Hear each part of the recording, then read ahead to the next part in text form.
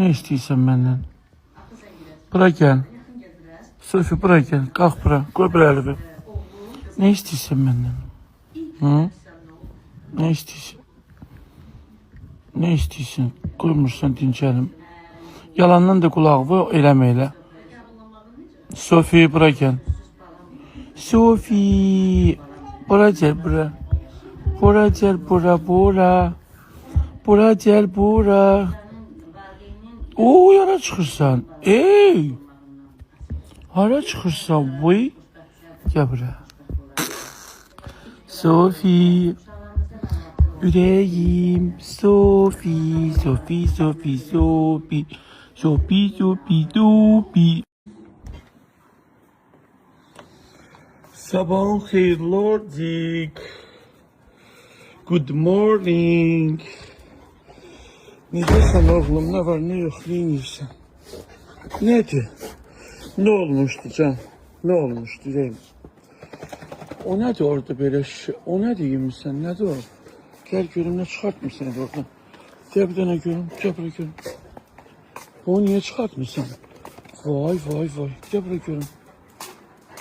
Gel buraya görüm. Bunu niye kopartmışsın buradan?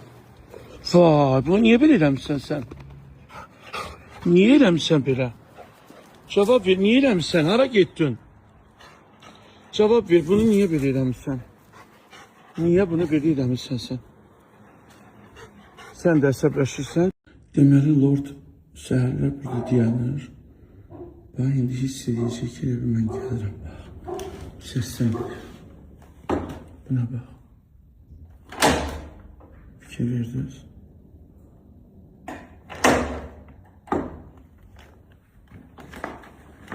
Baba istəyir.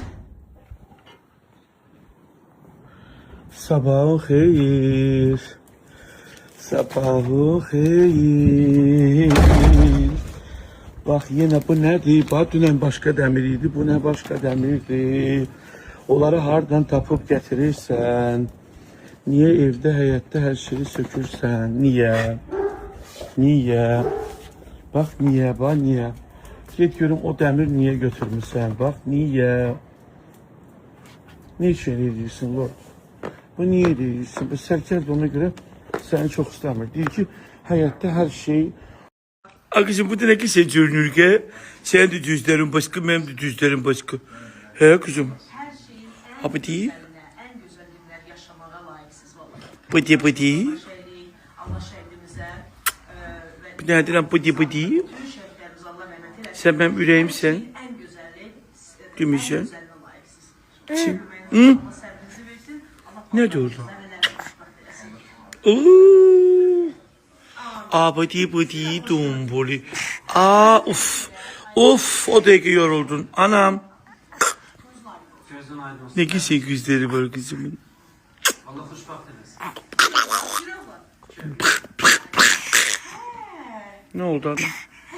Öf. Öf. Kızım. Ay kızım ben buradayım. Kızım. Buradayım ben. Sen de televizyona başlarsan Özbe kızım. Özbe bakırsan. Yüreğim. Anam. Ay kızım. Özüne bak. Ay Allah. Kızım. Kimdi o? Kimdi o kızım? Bibi de oradadır. Milaşka.